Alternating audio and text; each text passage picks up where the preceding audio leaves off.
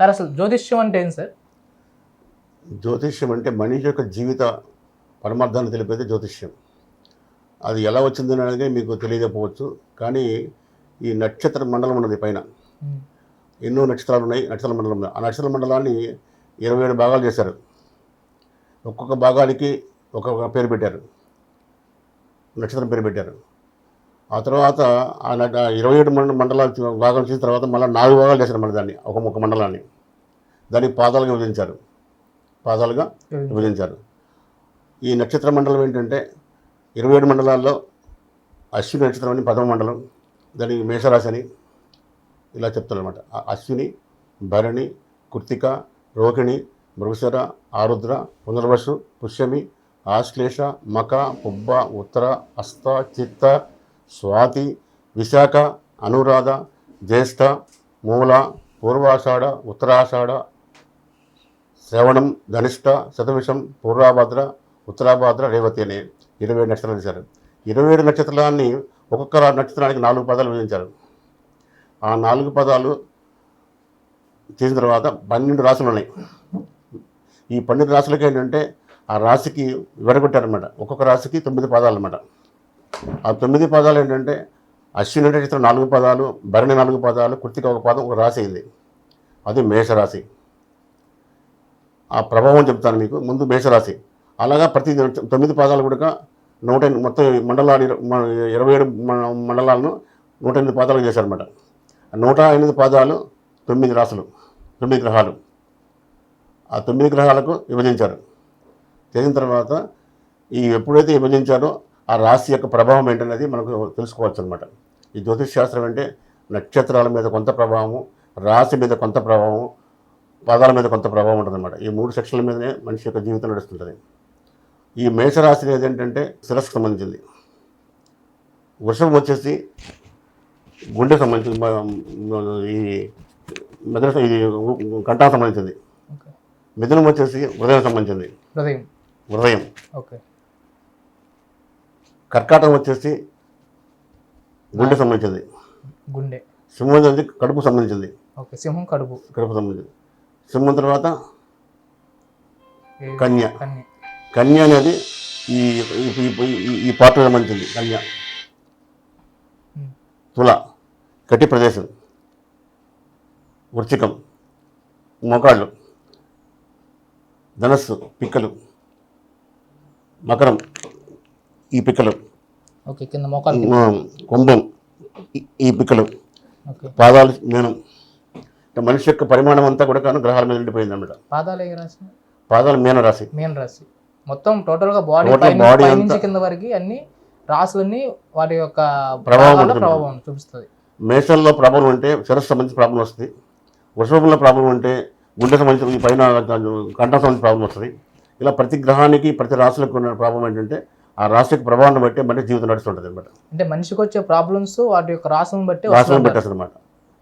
అంటే ఆ రాశి యొక్క ప్రభావం చెడు రాశి, చెడు దోషం ఉంటే అది దాన్ని ఏంటంటే లగ్నాత్ చూసుకోవాలి. లగ్నం పట్టుకోవాలి. అంటే పుట్టిన సమయం పట్టుకోవాలి. ఆ పుట్టిన సమయాన్ని బట్టే జీవిత ప్రమాణం వస్తుంది అనమాట. అంతేగాని జ్యోతిష్ శాస్త్రం అద్భుతమైనది. మాకు గర్గేడ్ అని మహాసుభ రాశారు, చాలామంది రాశారు. కానీ ఆయన రాసిన చాలా అద్భుతం అనమాట. వాస్తుశాస్త్రంలో విశ్వకర్మలాగో జ్యోతిష్ శాస్త్రం గర్గేడ్ అంత పవర్ఫుల్ పర్సన్ అనమాట. ఇవన్నీ సేకరించి ఆయన తయారు చేశాడు. కానీ దానివల్ల ఈ విపరీత పరిమాణం అయింది. కానీ శాస్త్రం మాత్రమే date of birth, time of birth మీరు ఇచ్చిందే కరెక్ట్. ఆ జీవితం కరెక్ట్గా చెప్పచ్చు. ఇక మిగతా జ్యోతిష్ శాస్త్రాలు అన్నీ కూడా అది విడివిడిగా వచ్చినాయి. అది నా మీద నమ్మకం కనిపించట్లేదు నాకు. అసలు ఎన్ని రకాలు ఉంటాయి జ్యోతిష్ శాస్త్రంలో? జ్యోతిష్ శాస్త్రంలో నాడీ జోస్యం అని, అష్టసాముద్రికం అని, ముఖ కవళం, ఇది నుదుటి రాత్రని, నుదుటి రేఖలని ఇలాగా చేస్తున్నారు కండి. ఈ 3 మీదనే ఎక్కువగా ప్రభావం చేస్తున్నారు. ఈ మిగతా అన్ని కూడా కృత్రిమండి, కరెక్ట్ కాదు. అది ఈ 3 కరెక్టే అంటారా? ఈ 3 కరెక్టేనండి. ఎంతవరకు చెప్తారు? అంటే అన్నిటికన్నా కరెక్ట్ అనేది date of birth, time of birth, place of birth కరెక్ట్గా ఉంటే జీవిత ప్రమాదం మంచి సిద్ధాంతంగా చెప్పొచ్చు. ఇవన్నీ మిగతా అన్ని కూడా కానండి అది అంత పర్ఫెక్ట్గా రావడానికి ఆస్కారం లేదు కొంతవరకు. ఈ రాశి ప్రభావం కూడా కానండి. రాశి ఏం చెప్తుందంటే రాశికి అధిపతి చంద్రుడు అండి, లగ్నానికి అధిపతి రవి. రాశికి అధిపతి చంద్రుడు, లగ్నం, ఈ ఇద్దరు కూడా సృష్టికి తల్లిదండ్రులు. ఉమ్. తల్లి యొక్క స్థానాన్ని చూడాలంటే చంద్రుడు చూడమన్నాడు, తండ్రి యొక్క భవిష్యత్తు చూడాలంటే రవిని చూడమన్నాడు. ఈ రెండు గ్రహాలే మనిషి ప్రభావం చూపిస్తాయి అంటారు. సృష్టికి ప్రధాన గ్రహాలు రెండు. ఈ రెండు లేకపోతే సృష్టి లేదు. సృష్టి లేదు.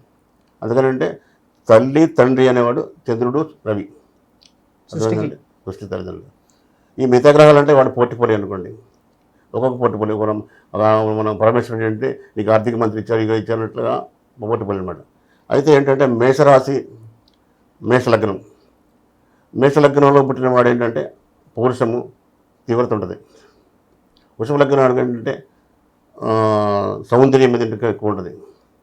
మిథున లగ్నం అంటే వ్యాపారము, దాన్ని సంపాదించాలి, పద్ధతులు ఎక్కువ ఉంటాయి అనమాట. ఇలా ప్రతి లగ్నానికి ఇంకో పోర్ట్ఫోలియో ఉందన్నమాట. ఓకే.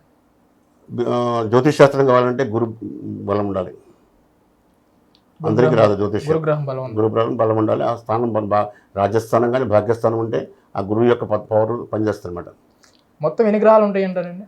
ఏమండి, గ్రహాలు 12 గ్రహాలు, మొత్తం 12 రాసులండి, 9 గ్రహాలండి. ఓకే. వీటిలో మనం ఎక్కువ చెప్పుకునేది వేడి గురించి అండి. ఎక్కువ అంటే ఏ గ్రహం బలంగా ఉండాలి, ఏ గ్రహం అంటే ప్రతి గ్రహం మంచిదేనండి, కానీ ఆ స్థాన బలం ఉండాలి. భాగ్యాధిపతి, రాజ్యాధిపతి ఇలా ఉన్నాడు అనుకోండి. రాజ్యస్థానం, భాగ్యస్థానం అంటే రాజ్యస్థానం అంటే వృత్తి, భాగ్యస్థానం అంటే పితృభాగ్యం. ఇలా ప్రతిది కూడా కానీ అంటే వాళ్ళ స్థాన బలాన్ని బట్టి ఉంటుంది. శని కూడా చాలామంది శని అంటారు, కానీ శని కూడా చాలా మంచివాడే. ఆయన స్థానం బాలన్నప్పుడు ప్రాబ్లం పెట్టుకుంటారన్నమాట. ఆయన ఏంటంటే అసలు భూమికి ప్రప్రదంగా భూమి యొక్క ఆకాశం వెళ్ళినప్పుడు ఏంటంటే ఫస్ట్ చంద్రుడు ఉంటాడు, ఆ తర్వాత రవి ఉంటాడు, రవి తర్వాత కుజుడు ఉంటాడు, బుధుడు ఉంటాడు, బుధుడు తర్వాత కుజుడు, ఇలాగా అంత హైట్లో ఉంటాడు అనమాట. ప్రతిదీ కూడా కానీ ఏంటంటే ఎక్కువ హైట్లో ఉన్నది శని అనమాట, ఎక్కువ ఉన్నది శని. ఆయన చక్రం తిరగాలంటే 2.5 years పడుతుంది ఒక రాశి మారాలంటే. ఆయన రాశి మారాలంటే పడుతుంది. రాహు మారాలంటే 1.5 years పడుతుంది. గురుడు మారాలంటే 1 సంవత్సరం పడుతుంది. మిగతా 6 నెలలు పడుతుంది. చంద్రుడు మారాలంటే 1 రోజు 2 రోజులు మారిపోతుంది అనమాట. ఎందుకంటే భూమి చుట్టూ దగ్గర హైట్లో ఉన్న వాళ్ళు తిరగాలంటే చాలా టైం పడుతుంది అనమాట. దగ్గరగా ఉన్న వాళ్ళు తిరగాలంటే తొందరగా పడుతుంది అనమాట. ఈ భూమి చుట్టూ తిరుగుతుంది అనమాట. ఇప్పుడు 9 గ్రహాలు ఉన్నాయి కదండి. 9 గ్రహాల్లో శని గ్రహానికి మాత్రమే ప్రజలు మనుషులు పూజలు ఎక్కువ చేస్తారు, ఆయన ఎక్కువ కొలుస్తూ ఉంటారు. ఎందుకని అంటారు? అంటే శని అంటే చాలా మంది ఏంటంటే కష్టం వచ్చినప్పుడు నీకు శని అంటారు, కానీ ఆ జాతకం చూసి చెప్పాలండి. ఎందుకంటే అది శని కూడా చాలా మంచివాడండి. అవును, మనిషి ప్రాబ్లం రాజస్థానంలో అది అది అది అది వేణాల శని అంటారు, కానీ అది వేరు. మన జాతకం చూసి ఏనాడు నిర్ణయించాలి. జాతకం చూసి వేనాడు ముందుగా చెప్పకూడదు. బాగలేనప్పుడు వేణాల శని అని, బాగున్నప్పుడు మరి అలా ఉండకూడదండి. శని కూడా చాలా మంచివాడు. ఆయన ఇచ్చిన సంపద ఎవరండి అంటే శని శూద్రుడు అండి. శని ఎవరు? శూద్రగ్రహం. అంటే ఆయన ఇస్తే ప్రసంగిస్తాడు, పాడు చేస్తే కూడా. అయితే ఏంటంటే ఆయన పాడు చేయడానికి కారణం ఏంటంటే ఆయన స్థానం అష్టమ స్థానం అని, ఏనాడు శని అని, అర్ధాష్టమ శని అని, ఇలాగ ఆయన గ్రహాలు రాసు తిరిగేటప్పుడు టైం పట్టినప్పుడు, ఆ టైంకి వచ్చినప్పుడు అప్పుడు పనిష్మెంట్ ఇస్తారన్నమాట. అంటే అష్టమ శని ఎప్పుడు వస్తుంది? 4వ స్థానంలో అష్టమ శని, 8 12వ స్థానం 4వ స్థానం అర్ధాష్టమ శని అని, 8వ స్థానం అష్టమ శని అని, 12వ స్థానం ఏ శని అని, 7వ శని అని, ఇట్లా డివైడ్ చేస్తారన్నమాట ఆ రాశిని బట్టి. అసలు స్థానాలు ఏంటండి? స్థానాల గురించి అంటే ఏం లేదండి. ఈ 12 రాశులు ఉన్నాయి కదా, 12 రాశులు కూడా ప్రతి గ్రహం కూడా ప్రతి రాశి రావాల్సిందే. రాశిలో కూర్చొని తిరగాల్సిందే ప్రతి గ్రహం కూడా. కానివ్వండి, చంద్రుడు కానీ, కుజుడు కానీ, రాహు కానీ, ప్రతి గ్రహం కూడా, రవి కూడా తిరుగుతున్నాల్సిందే. 9 గ్రహాలు ప్రతి రాశిలో వచ్చి కలిసి వెళ్ళిపోతుంది అన్నమాట.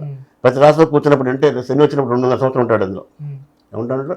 2 ఏం నడుస్తుంది అంటే 7.5 years పీరియడ్. 2.5 3 భాగాలు. ఫస్ట్ భాగం 7 నడుస్తుంది ప్రారంభం. ఫస్ట్ భాగంలో 7 నడుస్తుంది ప్రారంభం. రెండో భాగంలో ద్వితీయ శని, మూడో భాగం అంటే ప్రతిదీ కూడా కానీ జన్మశని, 7 శనిలో 3 రకాలు చెప్తాను అనమాట. ఫస్ట్ వేసని, జన్మశని, ద్వితీయ శని. ఈ 7.5 years అంటే శని యొక్క బ్యాడ్ పీరియడ్. అంటే బ్యాడ్ పీరియడ్, కానీ నాకు రెమెడీ ఉందండి. చెప్పే సిద్ధాంతిక సాత్వికుడై మంచి పద్ధతి కలవాడై అది ఎదలో శ్రేయస్కోరేవాడి చేయిస్తే చాలా మంచిగా జరుగుతుందండి. అతని దోషం కూడా తగ్గుతుంది అన్నమాట.